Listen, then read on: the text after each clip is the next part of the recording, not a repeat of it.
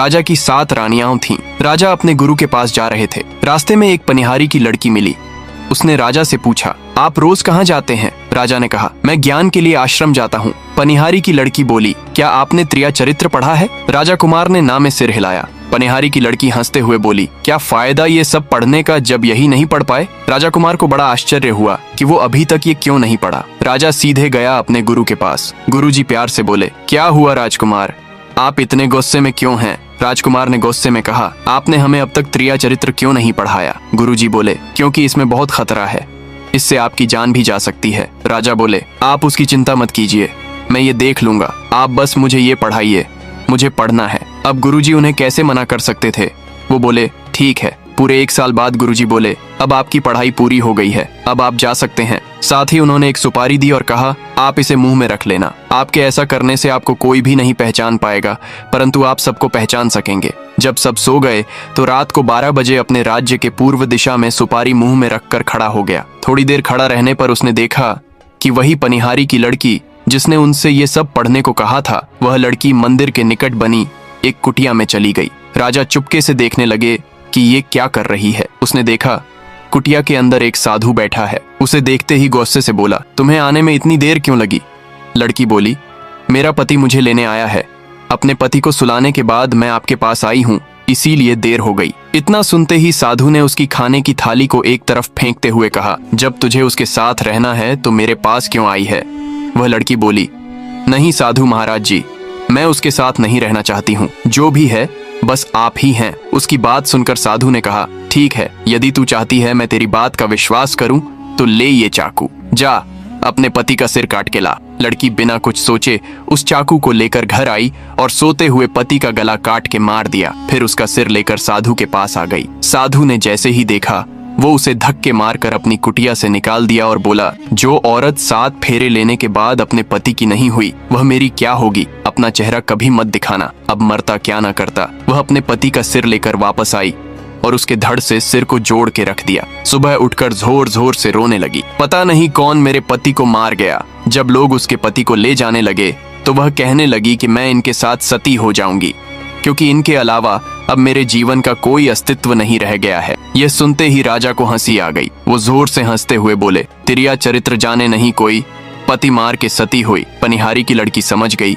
और वह राजा से बोली, हे राजा, तुम मुझे बोल रहे हो, जहां भी जाना चटाई या झाड़ कर ही बैठना। रात को फिर राजा उसी चौराहे पर खड़ा हो गया तो उसने देखा कि उसकी 7 पत्नियां अपने हाथ में खाने से भरी थाली लेकर उसी कुटिया की तरफ जा रही हैं। राजा को रानियां पहचान नहीं पाईं और उसे चौराहे पर खड़ा देख बोली, ये लड़का इधर आ, थोड़ा ये थालियां उस कुटिया तक पहुंचा दे। राजा ने बिना कुछ कहे जैसा उन्होंने कहा वैसे ही किया। वो उसी साधु के पास गईं और साधु से कहा, इसने मेरी मदद की है, इसीलिए इसको आज रात यहीं रहने की व्यवस्था कर दीजिए। साधु ने अपने एक चेले को इशारा किया और वह राजा को लेकर एक कमरे में गया जहां सिर्फ एक चटाई बिछी हुई थी। राजा चटाई पर बैठने वाला था कि उसे पनिहारी की लड़की की बात याद गई। राजकुमार ने सोचा, मैं एक राजकुमार हूँ, फिर भी आज रात यहीं रुकने के लिए मुझे एक चटाई पर सोना होगा, क्यों ना एक बार उस पनिहारी की बात मान लूं। ये सोचते हुए उसने चटाई झाड़ने के लिए उठाई। चटाई हटाते ही उसके होश उड़ गए, क्योंकि चटाई के नीचे कुआं था। राजा ने मन ही मन उस पनिहारी का शुक्रिया किया और उस कुएं में झांक के देखा तो पाया कि उसमें बहुत से जीवित पुरुष हैं। उनमें से एक ने राजा को देखते ही कहा, अरे राजा, आप यहाँ कैसे आ गए? राजा बोले, मेरी छोड़ो, तुम लोग बताओ यहाँ कैसे हो? उसमें से एक ने कहा, हे राजा, अभी बात करने और बताने का टाइम नहीं है, थोड़ी देर में तुम्हारी वो 7 रानियां यहाँ आती होंगी, तुम्हें जिंदा पा गई तो मार डालेंगी, यहाँ से जल्दी माफ जाओ। राजा वहां से भाग निकला, पर साधु ने उसे देख लिया और कहा, उसे जल्दी से पकड़ो, अगर उसने किसी को बता दिया तो मेरा पत्ता ही कट जाएगा। सभी रानियां उसके पीछे दौड़ पड़ीं, लेकिन वो रहा राजा कैसे पकड़ में आता। पर यह रानियां भी हार नहीं मान रही थीं। तभी रास्ते में एक नदी पड़ी। चूंकि राजा तैरना जानता था, इसलिए जल्दी से नदी में छलांग लगा दी। नदी गहरी थी, ऊपर से रानियों को तैरना नहीं आता था, इसलिए वो इस पार ही रह गईं। राजा जब नदी पार कर उस पार गया तो जोर से हंसा, जिससे राजा के सोने के दांत। इधर रानियां दौड़ती हुई साधु के पास आईं और बोलीं, वो तो भाग गया, देखिए कहाँ है। साधु ने अपनी जादू की पोटली में देखा तो पाया कि वो राजा तोता बन गया है। रानियां बोलीं, अब क्या करेंगे? साधु बोला, कोई नहीं, ऐसा करो कि पूरे राज्य में घोषणा करवा दो कि जो कोई तोता लेके आएगा उसे 5 अशर्फियां दी जाएंगी। रानियों ने वैसे ही किया। बहेलिया जंगल से तोता पकड़ के लाते और रानी उन्हें मारने लगी। इधर राजा एक गोंद के पेड़ पर रहने लगा। जिस पेड़ पर रहता था उस पर पहले से 15 तोते रहते थे। राजा जब वहां गया तो उन लोगों ने राजा को अपना राजा बना लिया। कुछ दिन बाद एक बहेलिया उस पेड़ के पास आया जिस पर राजा रहता था। उसने देखा कि इतने सारे तोते इस पेड़ पर रहते हैं। बहेलिया ने सोचा, अगर मैं सभी तोते को लेकर रानी के पास जाऊंगा तो मैं एक ही दिन में मालामाल हो जाऊंगा। लेकिन समस्या यह थी कि उन तोतों को एक साथ पकड़ना मुश्किल था, इसलिए उसने एक योजना बनाई। जब सुबह के समय सभी तोते दाना की खोज में चले गए, तब बहेलिया ने उस पेड़ की डाली को थोड़े थोड़े जगह से काट दिया, जिससे गोंद पूरे पेड़ पर फैल गया। रात के समय जब सभी तोते आए और बैठे तो उस पेड़ में ही चिपक गए। सब बोले, अब क्या करें? तो राजा जो तोता बना था बोला, चिंता मत करो, जब बहेलिया आएगा तो तुम सब ऐसे लटक जाना जैसे मर गए हो, तो फिर वो हमें मरा समझ के नीचे फेंक देगा। जब सबको नीचे फेंकेगा तो एक साथ सभी उड़ जाना। सभी ने कहा, ठीक है। जैसे ही बहेलिया आया सभी तोते उल्टा लटक गए। बहेलिया को लगा कि इस जगह पर पूरी रात रहने से सभी तोते मर गए।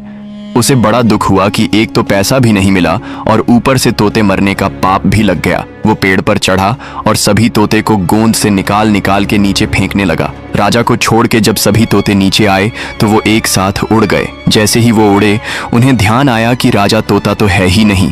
उनमें से कुछ ने कहा, चलो चलते हैं, राजा को हमारी मदद की जरूरत है। कुछ ने कहा, नहीं, राजा बुद्धिमान है, उन्हें कुछ नहीं होगा, वो सब देख लेंगे। इधर बहेलिया ने जब देखा कि सभी तोते उड़ गए तो उसे समझ आ गया कि ये सब नाटक कर रहे हैं। तभी उसकी नजर राजा तोते पर पड़ी। वो बोला, कोई नहीं, इतनी मेहनत का कुछ तो फल मिलेगा, मैं इसे लेकर रानी के पास जाऊंगा। बहेलिया उस तोते को उतार के अपने पिंजड़े में बंद कर दिया और रानी के पास जाने लगा। तब राजा ने कहा, अरे बहेलिया, तुम मुझे रानी के पास ले जाओगे तो तुम्हें क्या मिलेगा? बहेलिया खुश होते हुए बोला, 5 अशर्फियां। तोता बोला, मैं तुम्हें 50,000 अशर्फियां दिलाऊंगा अगर तुम मेरा कहना मानोगे। तब बहेलिया बोला, क्या? तोता बोला, मुझे सुगवल राजा के बाजार में ले चलो, वहां अगर कोई तुमसे बोले कि इस तोते का दाम क्या है तो बोलना, तोता अपना दाम खुद बताएगा। बहेलिया मान गया और उसे सुगवल राजा के बाजार में ले गया। राजा सुगवल के बाजार का ये नियम था कि जो भी व्यापारी अपना सामान बेचने आता वो दिन भर बेचता और शाम को जो बच जाता राजा खरीद लेता। शाम के समय बाजार के सभी वस्तुएं बिक गईं, केवल उस तोते को छोड़ के, क्योंकि तोता अपना दाम इतना महंगा बताता कि कोई उसे लेता ही नहीं। अंत में राजा के दरबारी राजा के पास आए। राजा ने उनसे बाजार का हाल पूछा तो वो बोले, महाराज, आज बाजार में एक विचित्र तोता आया है जो अपना दाम खुद बताता है, उसको छोड़ के सब कुछ बिक गया है। राजा ने कहा, क्या दाम है तोते का? दरबारी बोले, 50,000 अशर्फियां। राजा बोले, ठीक है, ले लो, वरना राज्य में ये खबर फैल जाएगी कि राजा के बाजार से सामान वापस आता है, इससे मेरी बदनामी होगी। परंतु उस तोते को खरीदने मैं खुद जाऊंगा। राजा रथ पर सवार होकर चल पड़ा। बहेलिया के पास पहुंचे और बोले, बताओ बहेलिया, तोते का दाम। बहेलिया के तो पसीने छूट गए। वो हाथ जोड़ के बोला, महाराज, तोता अपना दाम खुद बताएगा। राजा के तोते से कहा, बताओ तोता अपना दाम। तोता बोला, 50,000 अशर्फियां। राजा मान गया और तोते को लेकर राज दरबार में आ गया। पूरे राज्य में यह खबर फैल गई कि राजा ने एक तोता खरीदा है जो 50,000 अशर्फियों का है। सभी राज्य दरबार में उसे देखने आए। ये बात साधु और रानियों को भी पता चल गई। रानियां बोलीं, अब क्या करें? साधु बोला, अब एक ही उपाय है, मैं तबला बजाना सीखता हूँ और तुम लोग नाचना सीख के चलो राजा के पास और उन्हें खुश करके इस तोते को मांग लेंगे, क्योंकि उनके राज्य और उनके बिना इजाजत के हम तोते तक नहीं जा सकते हैं। उन्होंने अपनी सहमति जताई और काम में लग गईं। इधर जब रानी को तबीयत खराब हो गई तो वो अपनी बेटी से बोली, जो कि 16 साल की थी, कि आज तुम तोते को नहला के खाना दे देना और ध्यान रखना। उनकी बेटी ने हाँ कहा और तोते को लेकर नहलाने के लिए चली गई। जब वह तोते को नहला रही थी तो उसे तोते के सिर पर कुछ कटा सा महसूस हुआ। उसने सोचा कि तोते को कहाँ से कटा लग गया, अब तो माताजी जानेगी तो गुस्सा करेंगी। ये सोच के वो उसे निकाल दी। वो एक कील थी जो गुरुजी ने राजा को तोता बनाने के लिए लगाई थी। कील के निकलते ही वह तोता एक 21 साल का जवान लड़का बन गया। राजकुमारी देखते ही डर गई और डर के जैसे ही चिल्लाने को हुई, राजा ने उसका मुंह बंद कर दिया और कहा, तुम डरो नहीं, मैं एक राजा हूं, कुछ कारण है जिससे मैं ऐसा बना हूं। राजकुमारी बोली, मुझे बताओ। वरना मैं सबको बता दूंगी। राजा बोला, अभी नहीं, अभी तुम कील जहां मेरे सिर में लगी थी वहीं लगा दो। जब सब सो जाएंगे तब इसे निकालना, मैं फिर तुम्हें सब कुछ बताऊंगा। राजकुमारी को उसकी बात अच्छी लगी, वो उसे वापस तोता बना दी। रात को जब सब सो गए तो राजकुमारी उसे फिर से लड़का बना दी। राजा ने सब कुछ बता दिया, इसलिए वो उससे दोस्ती कर अब हर रोज राजकुमारी और राजकुमार बात करने लगे। उनकी दोस्ती प्यार में बदल गई। एक दिन दरबार में एक पत्र आया। राजा ने मंत्री से पढ़ने के लिए बोला। मंत्री पढ़ने लगा, मेरे प्रिय दोस्त, मैं अपने 4 राजकुमारों को तुम्हारे पास भेजूंगा। मैंने चारों को उत्तम शिक्षा दिलाई है और अब मैं बूढ़ा हो चुका हूँ, इसलिए चाहता हूँ कि मेरे किसी एक पुत्र को अपने राज्य सिंहासन के लिए चुनो। तुम अपनी बुद्धि परीक्षण करके जो इसका हकदार है उसे हमें बताओ। राजा ने हर तरीके से उन चारों राजकुमारों का परीक्षण किया।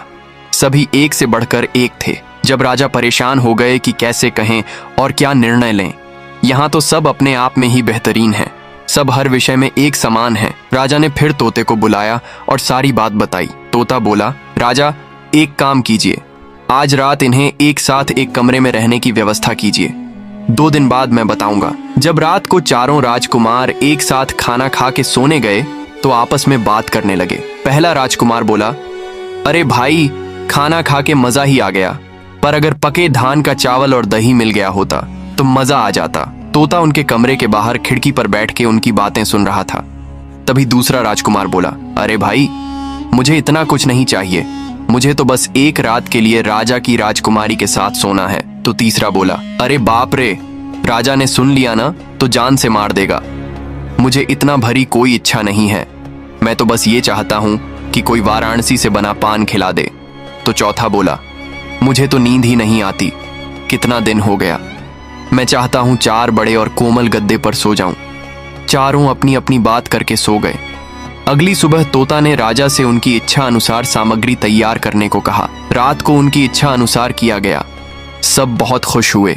अगली रात को तोता उनके कमरे की खिड़की पर बैठ के उनकी बातें सुनने लगा। पहला राजकुमार बोला, क्या यार, राजा कैसा दही खिला दिया, दही में दूध था। तो दूसरे ने कहा, तुम्हें पता है, रात को मैं ही किनारे सो के गुजार दिया, क्योंकि राजा की लड़की से मुझे तेली के जैसा बदबू आ रहा था। वहीं तीसरा बोला, अरे यार, ये तो छोड़ो, मेरी तो इच्छा ही छोटी थी, पर राजा ने वो भी पूरी नहीं की। चौथा अपनी पीठ दिखाते हुए बोला, तुम सबको अपनी अपनी पड़ी है, ये देखो, मेरी पूरी पीठ ही छिल गई है, गद्दे के नीचे बाल था शायद। तोते ने राजा से सब बताया। राजा ने दही जमाने वाली को बुलाया और पूछा तो वो बोली, मुझे माफ कर दीजिए राजा जी, उस समय मैं अपने बच्चे को दूध पिला रही थी, मेरे स्तन से निकलकर एक दूध दही में गिर गया। फिर राजा रानी के पास गया और पूछा तो रानी बोली, अपने मंत्री जो जात के तेली हैं, उनकी पुत्री के साथ राजकुमारी की मित्रता है।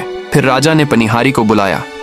वो बोला, महाराज, इसमें मेरा कोई दोष नहीं है, मैं तो उसी दिन के पत्ते का पान बनाया था, इसमें पान का पत्ता लाने वाले का दोष है। राजा ने उसे बुलाया तो वो बोला, महाराज, पत्ता तो उसी दिन तोड़े थे, लेकिन सफर दूर होने के कारण अगले दिन पहुंचे हैं। उसके बाद राजा उस घर में गए जहां चौथा राजकुमार सोया था। उस पर बिछे गद्दे को बहुत बारीकी से देखा तो पाया कि सबसे नीचे वाले गद्दे में एक बाल लगा है। राजा ने तोते से कहा, तब क्या किया जाए? तो तोते ने कहा, चौथे को राजा घोषित कर दें। राजा बोले, क्यों और कैसे? तो तोता बोला, राजा जी, पहले ने छक्कर, दूसरे ने सूंघकर, तीसरे ने चबा के बताया, परंतु चौथे ने बिना देखे बता दिया है, इसलिए इसे राजा बनना चाहिए। राजा तोते के निर्णय से खुश हो गया। इधर जब साधु और राजा की रानियों ने नाचना गाना सीख ली तो वह भी गई राजा सुग्वल के दरबार में आए और कहा, महाराज, हम आपको अपनी कलाकारी प्रस्तुत करना चाहते हैं, हमें इजाजत दीजिए। राजा ने इजाजत दे दी। सभी रानियां और वो साधु नाच गान करने लगे। इधर तोते को जब पता चला तो वो समझ गया, इसलिए राजकुमारी को अपने पास बुलाया और बोला, राजकुमारी, आपके पिता के दरबार में जो आते हैं वो वही साधु और रानियां हैं जो मुझे मारना चाहते हैं। वो अपनी कला से आपके पिता को प्रसन्न करके मुझे मांगेंगे। राजकुमारी बोली, नहीं, मैं बिल्कुल नहीं दूंगी। तब तोता बोला, आपको देना पड़ेगा, क्योंकि अगर आप पिता की बात का मान नहीं रखोगी तो जग हंसाई होगी।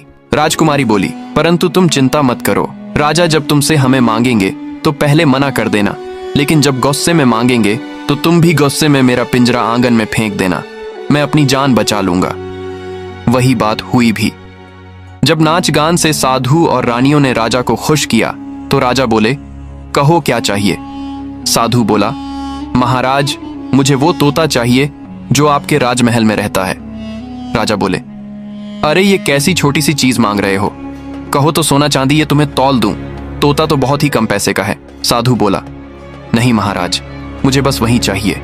राजा बोले, ठीक है। अपने दरबारी को आदेश दिए कि जाओ राजमहल में से तोता लेके आओ। दरबारी चला गया। जब वो महल पहुंचा और राजकुमारी से तोता मांगा तो उसने मना कर दिया। राजा अपनी लड़की के पास राजमहल में आए और उनके पीछे पीछे सभी रानियां और साधु। राजा ने राजकुमारी से पिंजरा मांगा तो पहले वो मना कर दी, पर राजा जब उस पर गुस्सा हुए तो वो भी गुस्से में उस पिंजड़े को आंगन में फेंक दी। उसके फेंकते ही तोता सरसों का दाना बन गया और पूरे आंगन में बिखर गया। तभी साधु कबूतर बन के उन दानों को चुगने लगा, लेकिन एक दाना पास को नाली में चला गया जिसमें राजा के प्राण थे। कबूतर बना साधु ने उसे भी चुगने का सोच जैसे ही उधर गया और चुगने के लिए झुका, तोता सरसों से बाज बन गया और वही कबूतर बने साधु को मार गिराया। ये सब देख रानियां भाग खड़ी हुईं और राजा सुग्वल के आश्चर्य की सीमा नहीं रही, यहाँ तक कि राजा बेहोश हो गया। उन्हें उनके कमरे में ले जाया गया और बाज वापस तोता बन के पिंजड़े में बैठ गया। जब राजा को होश आया तो उन्होंने राजकुमारी और तोते को पिंजरा सहित अपने कमरे में बुलाया और राजकुमारी से बोले कि सच सच बताओ ये सब क्या था। राजकुमारी बोली, पिताजी, इससे पहले मैं आपको बताऊं, आपको मैं कुछ दिखाना चाहती हूँ। राजा ने कहा, ठीक है, फिर दिखाओ। राजकुमारी ने तोते को पिंजड़े से निकाल उसके सिर से कील निकाल दी। कील निकलते ही तोता राजा में परिवर्तित हो गया। अब तो राजा को और आश्चर्य हुआ। उन्होंने तोते से सारा माजरा पूछा तो राजा ने शुरू से अब तक जो कुछ हुआ वो बता दिया। राजा बोले, तो अब क्या करना चाहते हो, क्योंकि साधु तो मर हुआ और साधु के बिना रानियां तुम्हारी कुछ नहीं कर पाएंगी। तो बोला, महाराज, मैं जानता हूँ वो मेरा कुछ नहीं कर सकती, लेकिन अब मैं उनके साथ नहीं रहना चाहता और अब मैं आपकी पुत्री से प्रेम करता हूँ और वो भी मुझसे। अगर आप इजाजत दें तो हम दोनों शादी कर लें और उसके बाद मैं इन्हें लेकर अपने राज्य लौट जाऊंगा। राजा कुछ बोलने को हुआ, उससे पहले राजकुमारी बोली, पिताजी, मैं भी इनसे बहुत प्रेम करती हूँ। अगर इनके साथ नहीं हुई मेरी शादी तो मैं किसी के साथ नहीं करूंगी। राजा ने उनकी शादी करा के विदा कर दिया। यह खबर सुनकर ही तीनों रानियां रुपया पैसा गहना लेकर भागने लगीं तो राजा ने अपने सैनिकों से पकड़वाया और उन्हें उसी कुएं में गिरा दिया। राजकुमारी ने उनसे कहा, धन्य है विद्या, धन्य ये नारी, पति मारने को बनी लचारी, जिस कुएं में सबको मारा इनको भी उसी की बलिहारी।